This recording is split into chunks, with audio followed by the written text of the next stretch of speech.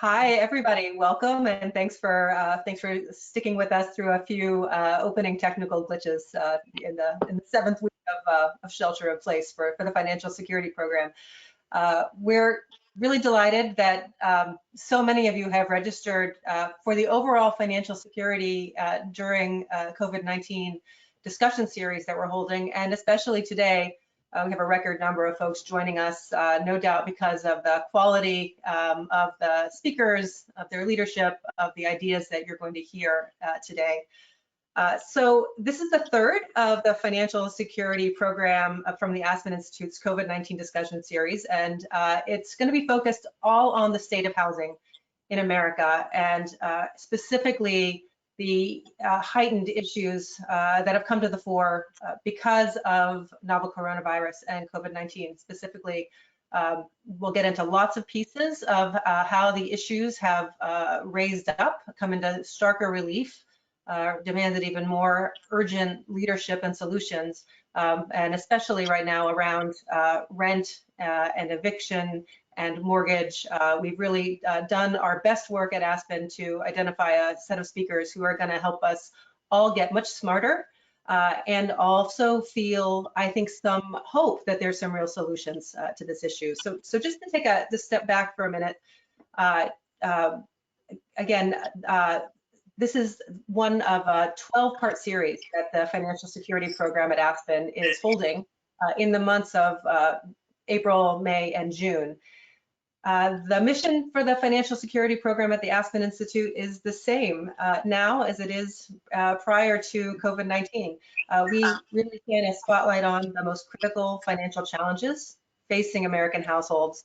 And those issues have not changed so much as become amplified and stark for all of us. We certainly have already had a goal of making financial security a top national priority.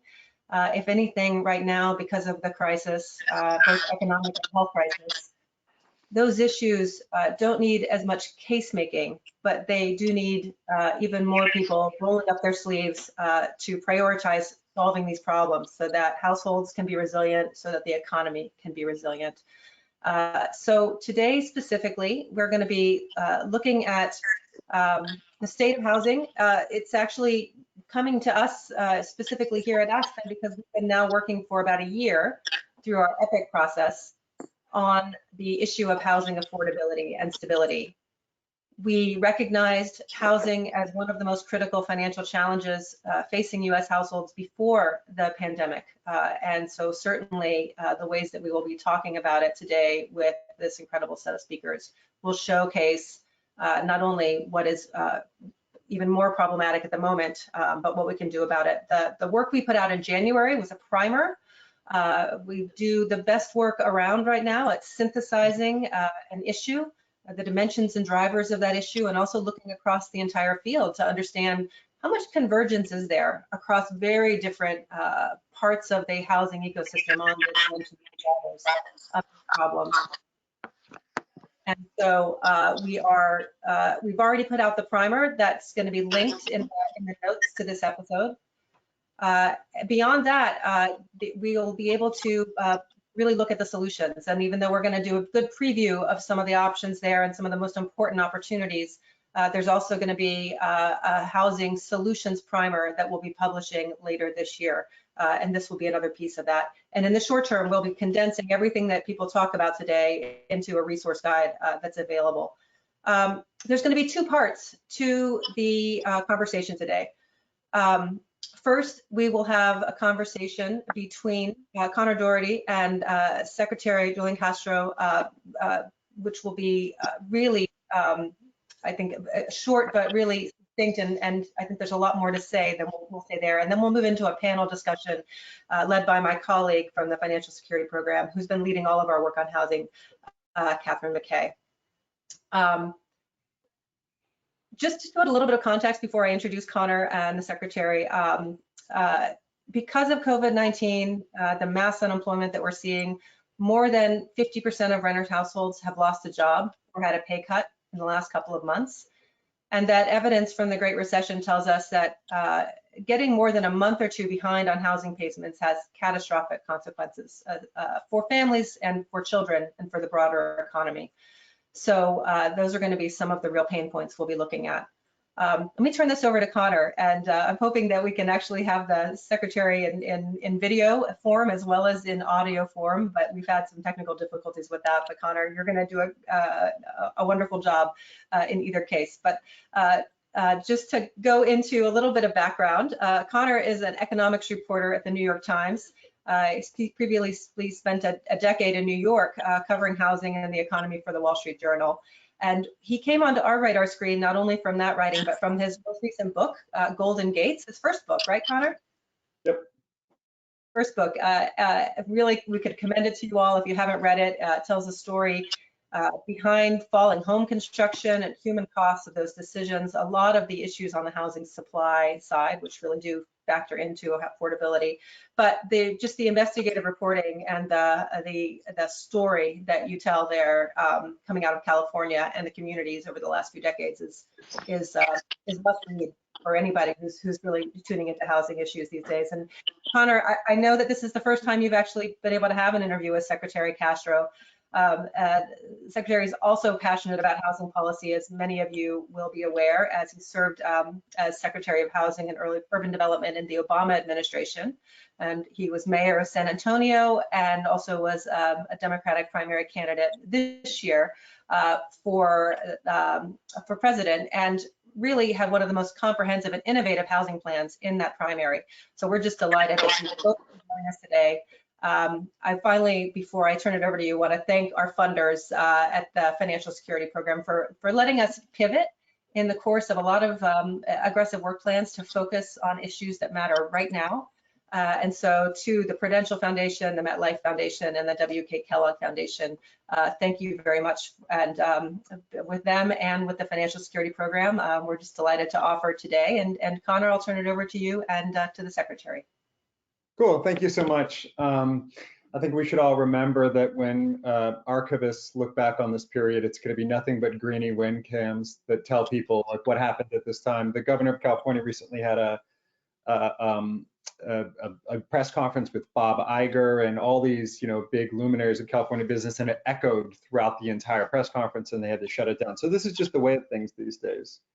Me and the secretary have sort of been ships in the night. We were scheduled to be at a different conference in April that was obviously canceled. So, and now the webcam's not working. So, we're just getting this much closer each time to finally being on the stage. But anyway, thank you for being here. And I guess I would just sort of, pivot from that, which is that here you go. We were scheduled to be at a different conference about this housing problem even before COVID-19 had, COVID-19 was around, but it had not shut down the economy yet. So can you just kind of give me your sense of the landscape of the housing and all the problems that we were having with it even before this happened, and sort of paint us a picture of what you think COVID-19 was landing into? Yeah, it's good to be with you, Connor. I hope you can hear me. I can hear you. Unfortunately, I know that you can't see me, and I want to just begin by thanking you and thanking everybody at the Aspen Institute and everybody that's attending this webinar, and to apologize. There's always that one student in the class that when they're doing their presentation gets the audio visual wrong, and that's me today. My apologies for the video part of this not working. But look, I think everybody on this call knows that we in the United States, that in many ways we're still reeling from the housing crisis that we experienced a decade or so ago. We have had a rental affordability crisis in this country for many years now. Today, depending on the figures that you look at, for instance, of the 44 million renters that we have, up to 40% or a little bit more are rent burdened, meaning they're paying more than 30% of their income in rent. In communities across the country, whether it's on the West Coast in California, the East Coast, but also smaller towns throughout our country, you're seeing the rent spike.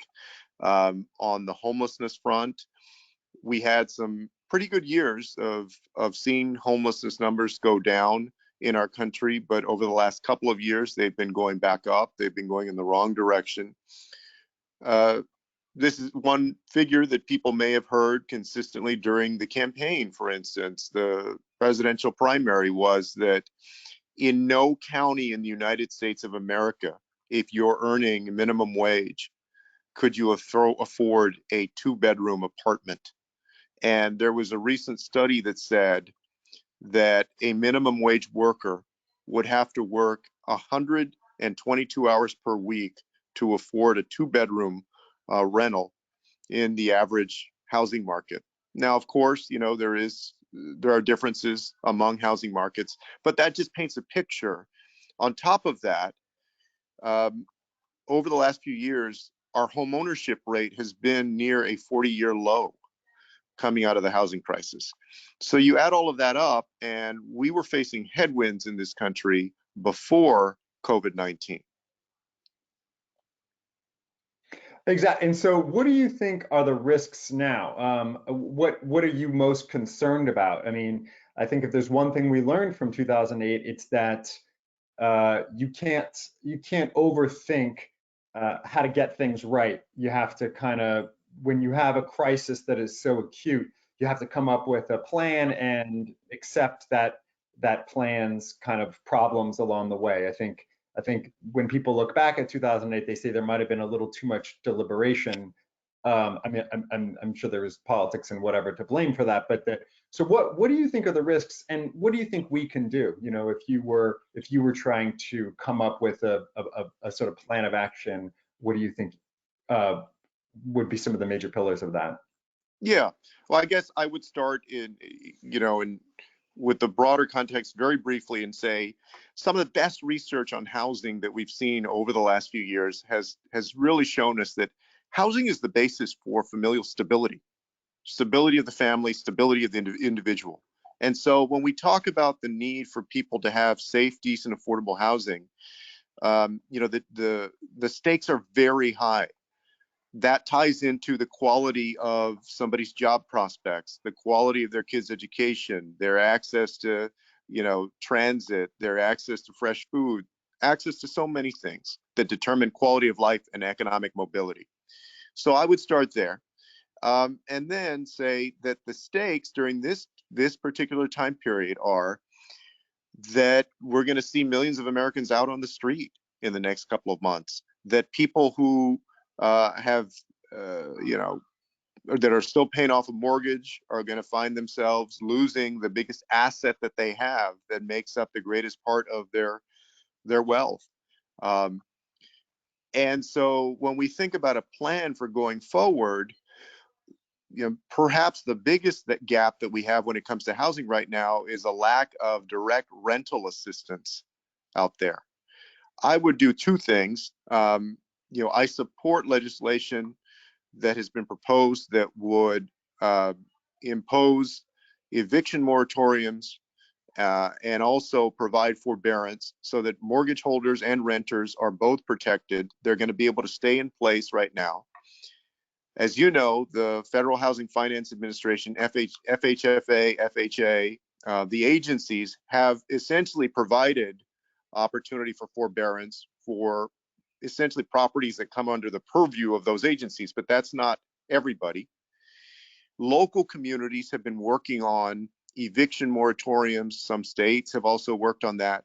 But right now there's a patchwork, and we need to do both of those things.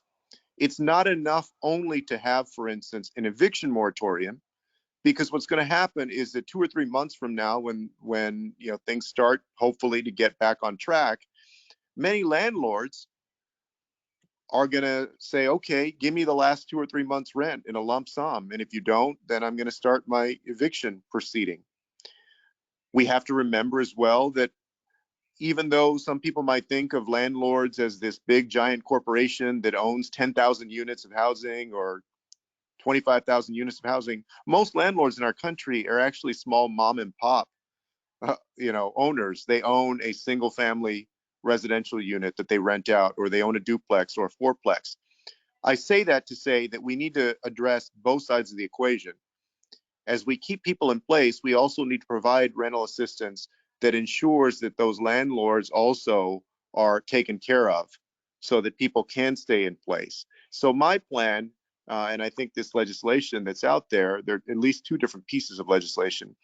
It does both of those things. You know, it ensures that people can stay in place, and it also invests in assistance so that you know, that money has to come from somewhere. That money is not, you know, it's not going to come out of thin air. Yeah, exactly. No, I hear this all the time. You know, one of the things that's been so perplexing, I think, about COVID is when you shut down the entire U.S. economy, you sort of realize, wow, everybody owes someone something, or you know, at some point.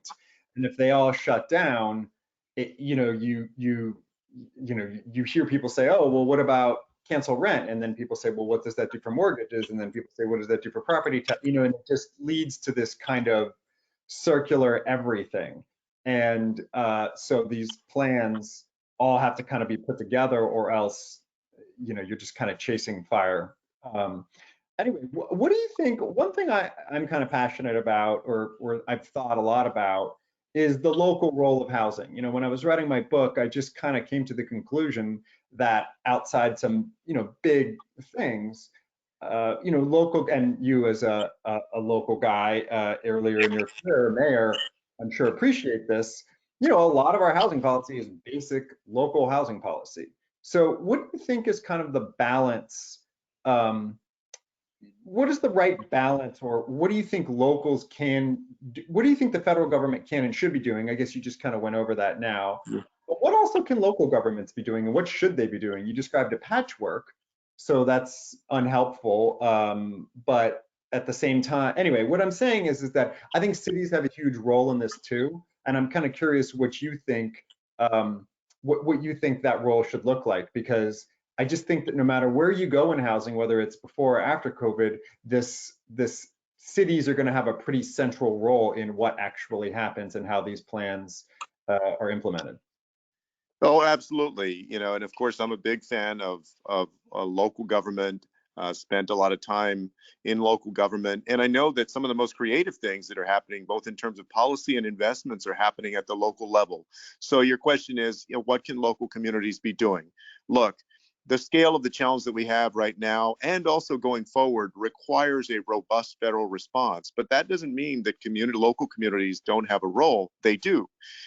Number one, during this time, you know, look, they need to fill those gaps as best they can. I'll give you an example from my hometown of San Antonio. San Antonio put forward $25 million local money combined with federal money for direct rental assistance. They started their own fund here in San Antonio. In Dallas, they put together a $15 million, I think it was a $15 million fund. In Houston, they're considering a fund right now. So these are just the big Texas cities and what they're doing. The other thing that local communities can do is that they can get creative, for instance, with public-private partnerships. One of the most vulnerable communities all the time, but especially during COVID-19, are homeless individuals. And places like Portland have teamed up with hotels, and using a combination of local and federal money, and with the private sector's help, they're putting homeless individuals up in hotels. So, you know, fill those gaps, be creative, look for public-private partnerships. One of the advantages that local officials have is that oftentimes those are nonpartisan offices. And so there's a stronger relationship oftentimes with the local business community. There's sort of an esprit de corps that takes over about helping the community out that can be beneficial compared to the logjam and the partisanship that often affects the ability to get things done in Washington, D.C. That's helpful, especially now. And then I would say third, going forward, I'll just take it back to this idea that at the local level, it really is about connecting the dots. If I had one suggestion for local communities out there when it comes to housing and how it connects to everything else, it would be that on one day for 4 hours or 6 hours, that they get the mayor and the housing authority director and the school superintendent and the transit director, the community college president, the big university president, the utility director, and people from nonprofits and community members, in one room with maps of the most distressed neighborhoods in the community and start to think through what they're all doing in those areas. And I bet they're going to find there's a lot of overlap in policy and investment that they haven't thought about. And what else can they dream about? What can they do, including when it comes to providing greater housing opportunity? You would think that that kind of thing happens on a regular basis, but it really doesn't. But it can be very powerful. And for those who are listening, who are tied into their local communities, I hope that they'll try that. So on that note about, how local, I mean, there's been numerous books written about how local government is kind of where a lot of this happens. And, that sometimes when we see gridlock in Washington, some of our most inspiring examples, as you just sort of laid out, are local governments where partisanship is not as extreme.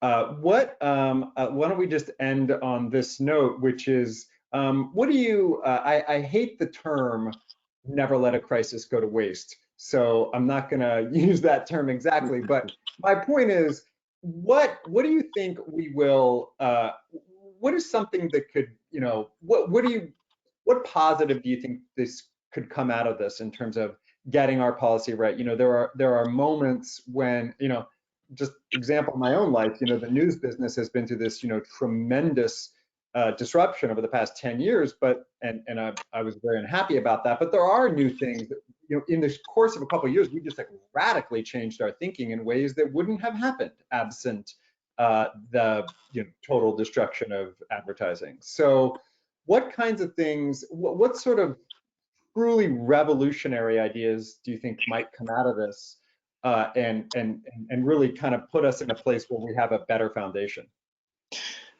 Well, to me, over the last 40 years, basically through Democratic and Republican administrations, basically still the idea that smaller, weaker government is better has won the day. I believe that should be over.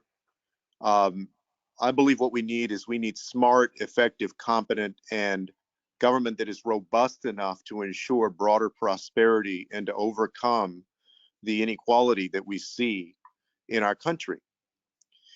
And so what I hope is that this is a turning point on that. And so when we start to dream like that, we say, I believe that housing should be treated as a human right, and that we should aim for everybody in our country having a safe, decent, affordable place to live. Now, what does that look like? Just very briefly in terms of policy. What it looks like is investing heavily so that we can create more units of affordable housing. It looks like every level of government taking a role in that, including the local level, where too oftentimes restrictive zoning and planning policies make it very difficult and more expensive to create housing that's affordable. It looks like a refundable and advanceable renter's tax credit, so that we use the tax code to actually provide investment for renters.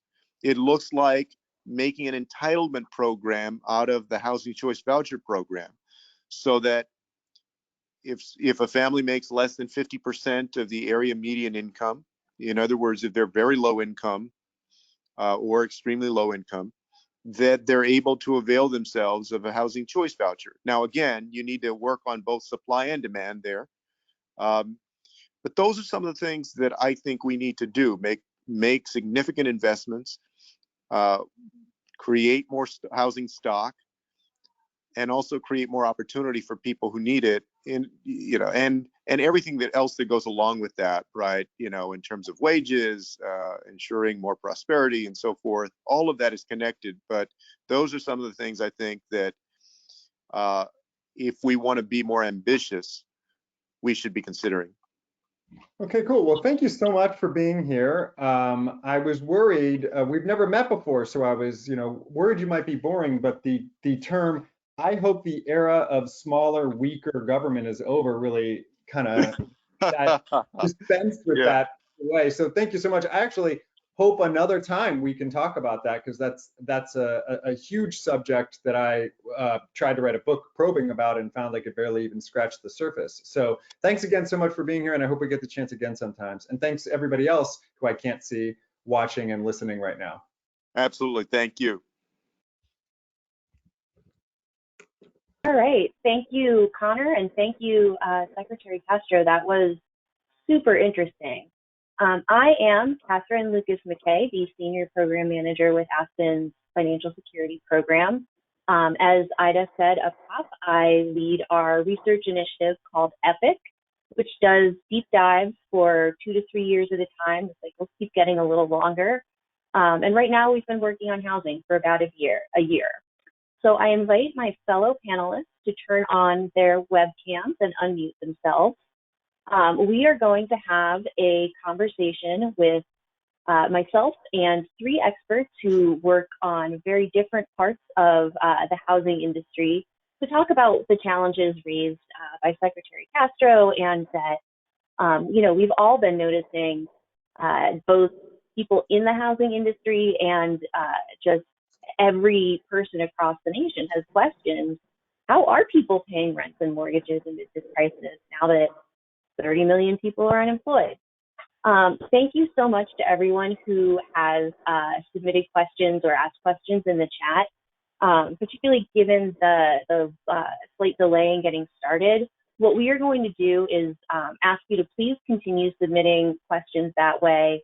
Our staff, after the stream ends, will go through and identify things that we can answer, and then send out questions for the rest of our panelists and guests to them. In the meantime, though, we are really interested actually in getting the perspectives of the 400 or so of you who are streaming right now. And I am going to share a poll.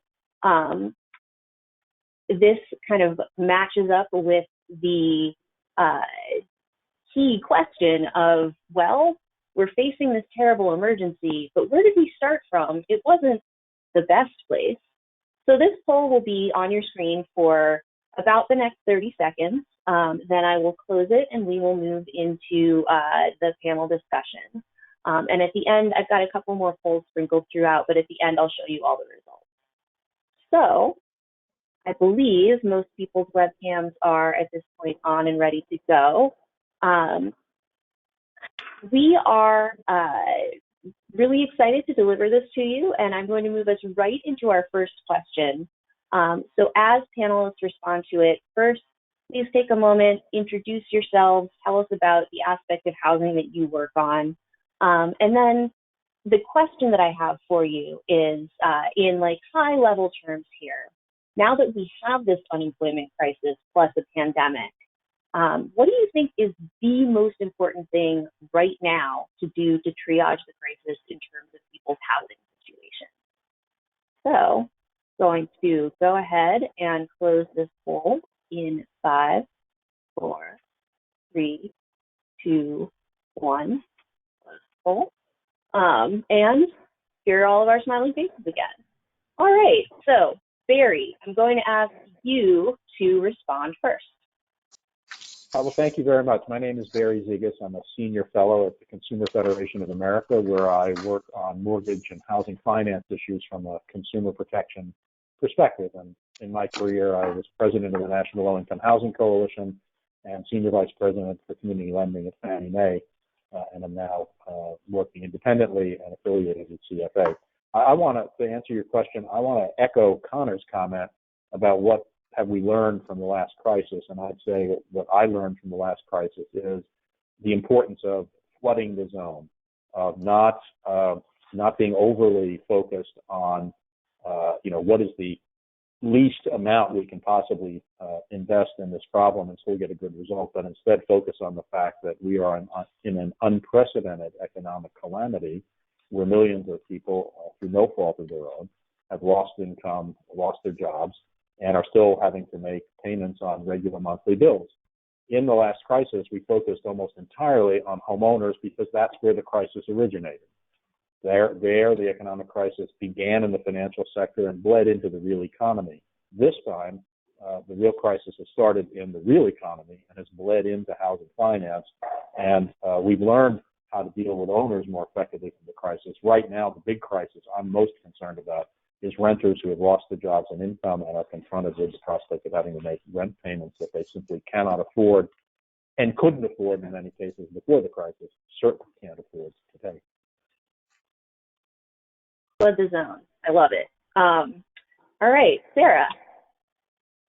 Hi there. Thanks so much for having me. My name is Sarah Yossi, and we found out that Barry and I had very similar starts in housing as journalists, and then eventually we decided that we liked the business and went in that direction. I started out covering single family. I did that for about 7 years, and managed to make it through the other side of the Great Recession. And after to multifamily, I've been at the National Multifamily Housing Council for the last 8 years in a variety of capacities. Most recently, I'm serving as the Vice President of Business Strategy. In that role, I work on I'm part of the teams that work on a number of our big research projects, including our NMHC 50, which is our annual rankings of the largest apartment managers and owners, developers, and builders, as well as syndicators, and our biennial renter preferences survey. This last one covered over 373,000 responses. And most recently, our NMHC rent payment tracker, which launched last month, as we saw unemployment claims go up, and said this is a really, as Barry said, unprecedented environment. We really need to be on top of it and be tracking it. So we are weekly, and we'll have our latest numbers out on Friday. But, I think Barry's absolutely correct that everyone really is just very concerned about the state of renters. We already have, as noted earlier in the discussion, so many that are already struggling to manage all their monthly bills, whether that's not only housing, but healthcare and other expenses. And so as we see these unemployment numbers come in, it's very concerning to see what the longer term effects are going to be. We don't know what we don't know. So, we're working very hard to make sure that there is assistance for renters should this crisis, extend. Yeah, and that rent payment tracker, I have to say, people should check it out because it is a fascinating new resource for all of us at a time that data is sorely needed. Thank you. Hi, everyone. Thank you very much for this opportunity, and welcome. Thank you to the Aspen Institute for the invitation to join. I'm Elena McCargo. I work, I head up our Housing Finance Policy Center at the Urban Institute. I appreciate that, just given time, I'm not going to spend a lot of time on my bio, but I want to just kind of piggyback really to answer your question about the lessons learned from the prior crisis, and Barry's really important point on how much focus was put on homeownership and how this is very different, not only in that, renters are very, very vulnerable, and the infrastructure and supports that were created to help in housing in the last crisis aren't really there for rental as strongly through this one. And I think that my work and our work at the Housing Finance Policy Center at Urban does focus indeed a lot on homeownership. There is definitely a lot of things happening on the relief side as it relates to homeowners with mortgages, their ability to pay, and implications that are really, really important. We have 44 million renters and 48 million homeowners with mortgages that are facing potential stress in their ability to make their payments for some period of time. We don't know how long that is, and we're really trying to do as much as we can to quantify the potential impacts of this, and those are who are going to be most impacted, in the long term. While this is a current problem in the short term, this is something that we're seeing as a long-term effect, and I think the housing community is really mobilizing to deal with that. The couple of things just to answer your question, just straight on, like what do we do right now to triage? I think from my perspective, we've been really focused on making sure decisions aren't made in a vacuum, that they're made with supportive data and evidence, that there's a ton of collaboration that's happening across the housing ecosystem, that we understand that this is a problem, not just about people paying their rents, but that the ripple effects of that in both the rental and mortgage markets are significant, and that's why a lot of work is now being done to look at the relief amounts and estimates that are needed to help. But as we are continuing to work on this, the other big thing that we've been focused on is ensuring that equity is a central element of the policy and decision making that comes. Those are some of the key priorities, and I think we'll talk more about all of these in more detail. But as a starting point, triage, I think, is really grounding ourselves and sort of coordinating ourselves to mobilize for what is ahead. I think one of the interesting things that all of you mentioned is, the need to think about the lessons we learned in the last housing crisis, both how, yes, the genesis of it is different now, but there are a lot of similarities in terms of what we learned about what is an effective response. And I would love to get your thoughts on how effective responses might need to differ across different types of communities. So for example, Sarah, I know you can speak to the experience of millions of renters through your membership, and Elena, your experience with homeowners of color and communities of color, I think also would be really helpful to hear about. And Barry, I'm going to start with you, even though I haven't given you that prompt.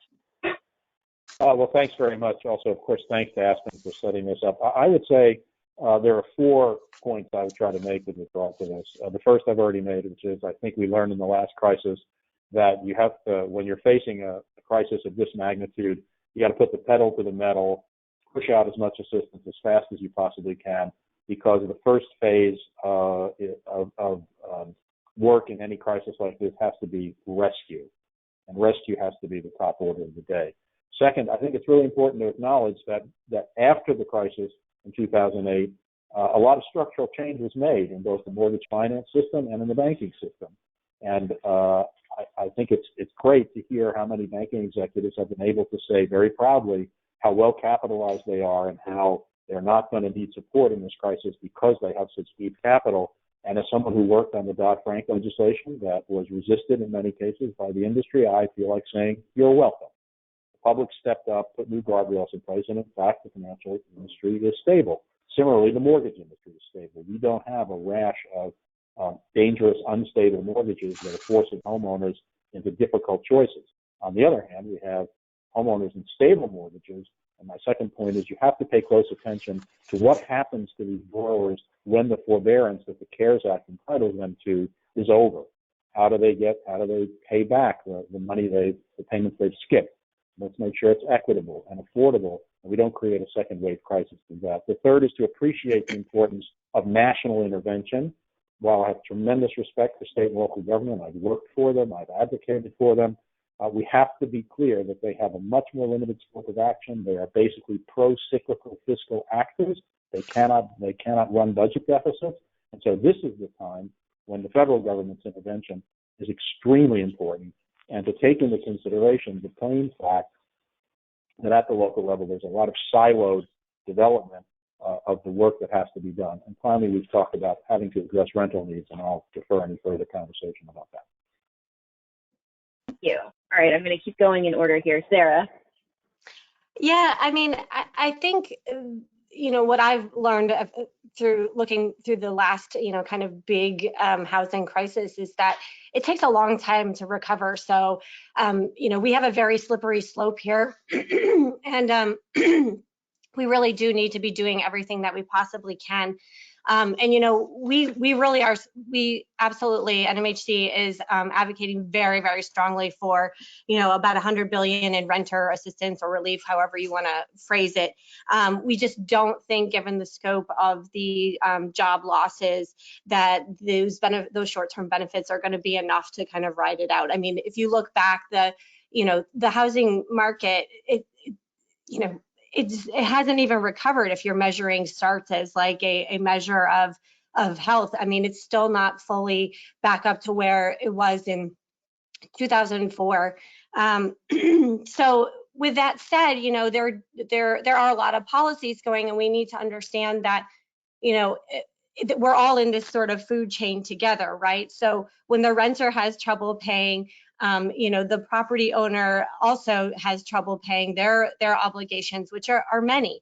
I think the latest stat is that like 39% or 39% of rent collected basically goes to cover mortgage costs. So, you need to make sure that with these policies that, if we have, eviction moratoriums and those types of things and forbearance, given that those policies are aligned, so you don't have, eviction moratorium periods that don't also match up to forbearance policies. So, that's a really big thing because, the change just continues to go, and that's absolutely played out in the last recession. And we want to make sure we do everything we can to make sure we do not have that same thing happen.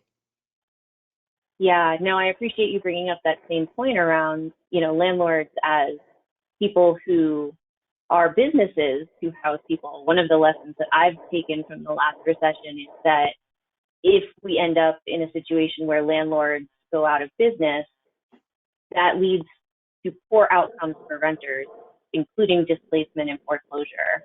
So thinking about solutions that serve both sides of that equation is important. Correct. Banks are not really, don't have a lot of experience running and operating buildings with hundreds of people living in them, for sure. Yeah. Elena? Yeah, I mean, just to pick up on points already made and just emphasize a couple of things as it relates to racial equity. I think the most important things to be doing, mobilizing, standardizing. Barry makes such a critical point on the federal versus state and local and the coordination and those responses. There is, one of the bigger things that I've seen, and it seems it's quite concerning, is just centralizing communications, what the public is hearing about what their options are.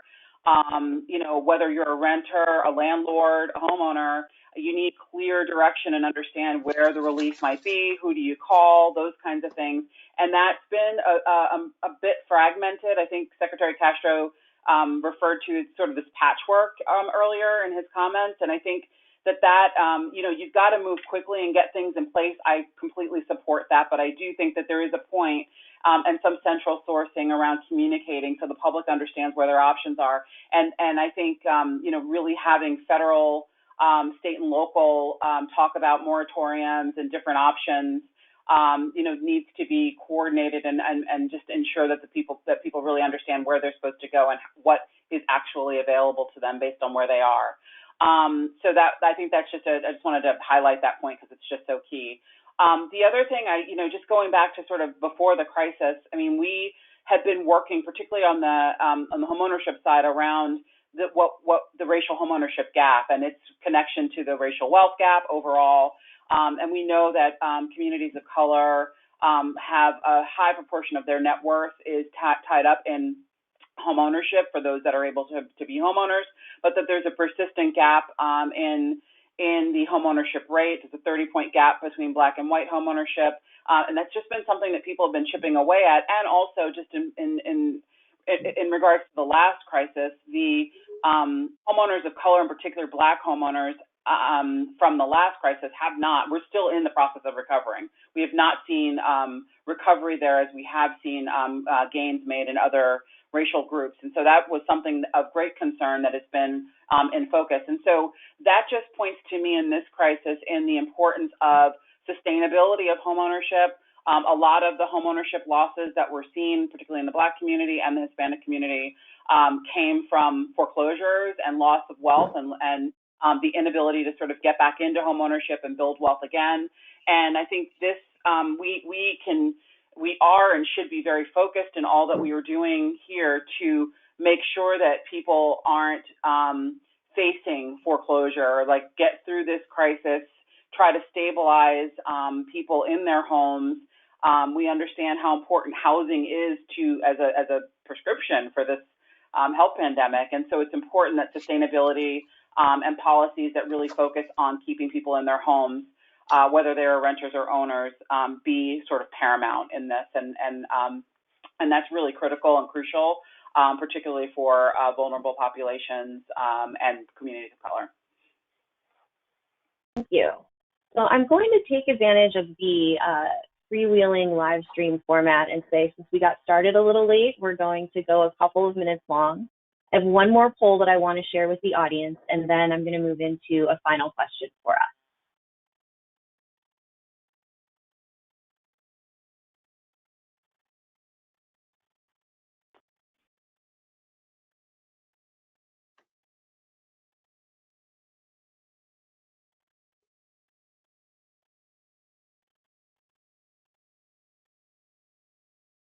The question here, my colleague reminds me, radio silence, not the best in this medium. What do you think should be the highest priority housing response to COVID-19 right now? And among the answers, we've included canceling rent and mortgage payments outright, providing renter assistance for everyone who's lost jobs or income, addressing the problem of homelessness and providing transitional housing to everyone who needs it, or expanding the housing choice voucher program so that people who are suddenly unable to afford rent have some sort of option. I'm going to leave this open for a few more seconds.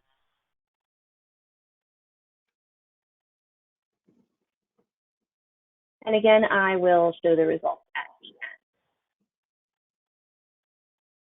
end. All right, and we're back. So for that final question for all of you, we heard about some big challenges around housing affordability and housing stability from Connor and Secretary Castro and from all of you up front, and we've heard even more daunting challenges coming out of this pandemic and the crisis that we're in now, the economy. So I want to end on a slightly, at least, hopeful note. And that is, what are some of the big transformative ideas that seemed like, long-term maybes, but kind of a heavy lift, 6 months ago, but that now there might be more opportunities to achieve. And I'm thinking here about things that would really address the underlying problems that are housing to be so expensive for so many households. Barry, starting with you.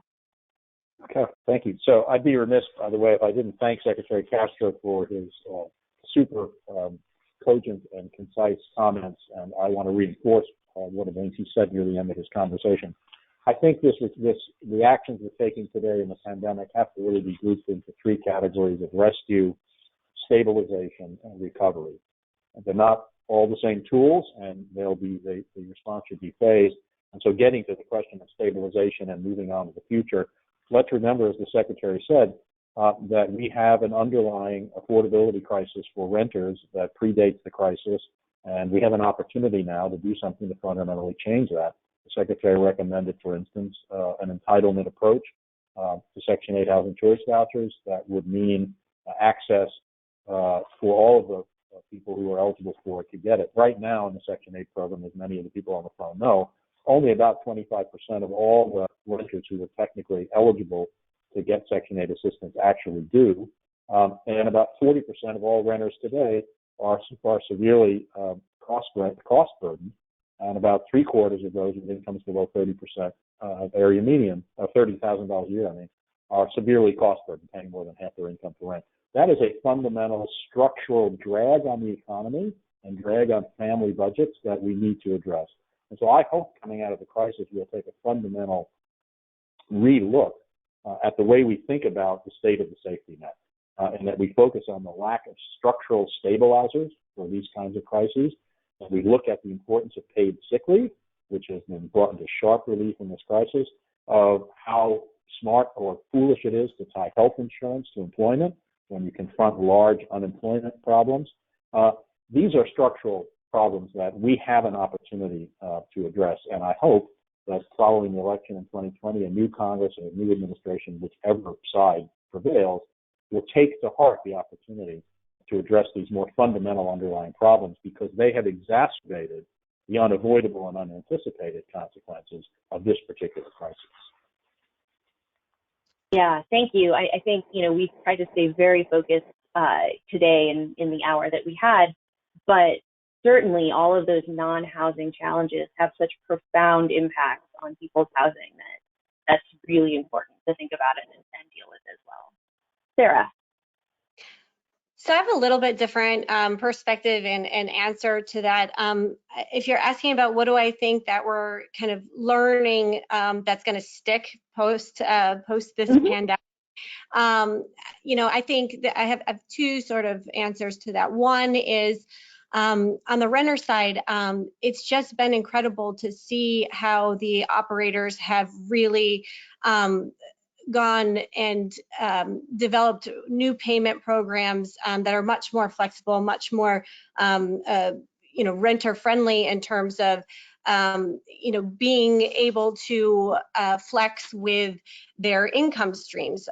So operators have done, there's roughly about 4 different kinds of payment plans that a lot of them have put into place. But, one that I think is probably going to be really important coming out of this is the kind of flex payment plans where, you don't, traditionally renters pay once a month on the first of the month or whenever their rent or their lease starts, but now we've been able to kind of move and they're maybe paying twice a month or even weekly in some cases, and that allows them to kind of manage their cash flow better.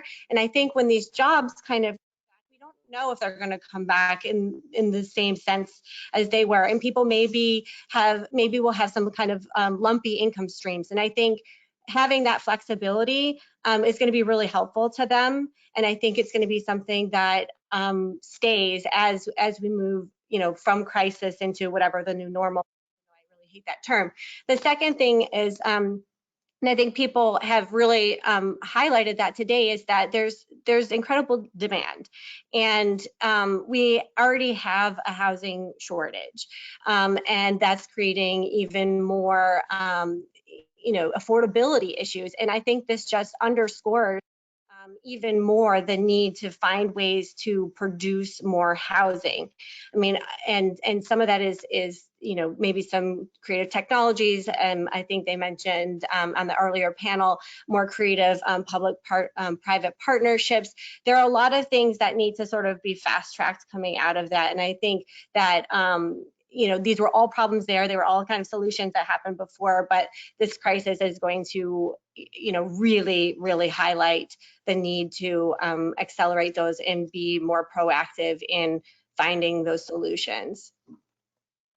And thank you for bringing up the changes on the landlord side and the private sector side too, because I think for me, certainly, my brain goes to the policy solutions first when I think about solving, and I really appreciate the idea that landlords are also going to really be thinking differently about renters' needs and adjusting in ways that they can. Yeah. A lot of them have really stepped up in incredible ways. I mean, some of them have even created their own renter relief funds. Camden Residential, for one, had a $5 million one, and it was spoken for 16 minutes. So they're not bystanders in this by any stretch of the imagination. Yeah. Elena. Sure. So when I think about transformative solutions, I don't know that I'm going to say anything that folks aren't thinking, but what I do think is happening that's transformational is just the recognition of the deep sort of systemic and structural issues that were there already, and how I feel like the transformation, and particularly for housing, is just how central it is to everything, something that those of us who are housers and work in this space know and think all the time. But I think, when I think of transformation through pandemic, you think about sort of what's going to happen, and Barry hit on it, like the healthcare system and its ties to employment, and how do we transform our thinking there in terms of people's financial well-being, and our education system and how it's endured this process. And I like to think that even just conversations about universal basic income and how can we put mechanisms in place that that would be more readily triggered when crises like this occur in the future. I really do think that those kinds of bigger transformational changes in our ways and in our structures of government and business going forward are really going to be just new ways of thinking and really understanding how it all would apply, because we've been through this moment that we're going through now. I also just, on the housing front, I feel like one of the things we've been talking about, but that hasn't, really made it front and center yet, is housing as health care, housing as infrastructure. And critical infrastructure that we need to be working at all times, just like roads and bridges. Even the connections to technology. So there's so many things I feel like we've really just have been escalated, elevated in ways that some of us probably couldn't have imagined. But I think really just bring front and center things that people have been talking about for a long time, and really areas that we need to focus on shoring up, so that when we do have crises such as this, that we have stable infrastructure, stable housing, stable healthcare, and all those things that are so intertwined in one place. The other, just one other point I want to make is just to, because this is the, Aspen's financial stability and the financial well-being of people. This is going to break people. This is going to, these kinds of income shocks, we've seen them in the past. We see them during natural disasters. People lose income for a period of time. Housing is one component. It's the biggest of most people's balance sheets financially, but people are going to have to take on more debt in some cases. People are going to see damage to their credit. So these sort of bigger implications to overall kind of balance sheets of households are going to be significant. Some of our recent, we did a recent study at our Health Policy Center. It's called the Health Reform Monitoring Survey, that really lays out what people are feeling and the big financial challenges that families are coping with. And I think just this whole idea of financial well-being and financial health is also something that should be elevated. And I'm seeing already a lot of promising things, and I think there's a lot of opportunity to really build on that for the future. I love that as an ending point, not only because, yes, as Aspen's financial security program, the idea of, what does it mean for a family to be doing okay financially, and what does that do for their lives, is like, that's what it's all about. That's why it's important to have a good job and to have good schools for your kid and good houses to live in, is so that those things are there and available to you. So I'm going to now show the results of the polls quickly. Thank you so much, panelists, for participating. This was a great conversation, and I think our viewers will agree. And you all can turn your webcams off. I encourage you to stay for the next few minutes, of course. Thank you to everyone who took the time. Thank you for everyone who took the time to join us today. Yes, thanks so much. All right. We asked right up front about which of the housing challenges was more severe before the pandemic. And it's really interesting to see the far and away winner here was that low-income and moderate-income households can't afford to rent market-rate apartments, with a close second of not having enough housing in places with growing jobs and populations. If any of these topics interested you, I would highly encourage that you check out the housing primer that Ida mentioned in her comments up front. We address each one of these issues in depth, and you can learn a lot more about what the drivers of each of those specific challenges are. And finally, what should be the highest priority response to COVID-19 right now. Again, we had like a far and away winner, and that was rental assistance covering rent for those who lose jobs, followed closely by just cancel rent and mortgage payments. which is interesting. I think it does send a clear message, though, that the most important thing right now is keeping people in their homes and making sure that they'll be able to stay in their homes when forbearance and eviction moratoriums end, which is a lesson that I think we've heard from actually everyone participating today. So with that, it is, a little past where we plan to end, but I thank all of you for sticking with us.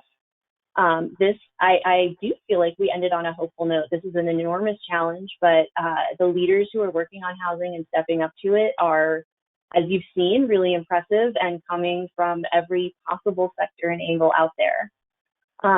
So thank you so much again to our panelists, to Secretary Castro and Connor for that wonderful interview. Also to FSP's funders, my teammates who made this possible, and everyone who tuned in. I encourage you all to tune in again next Wednesday at 1 p.m. Eastern. The next topic in the financial security conversations amid COVID-19 is direct cash assistance and cash payments. We also just published 3 different papers on those, so if you are hungering for some extra homework, I also highly recommend those. With that, I'm going to conclude today's webinar. Thank you all so much.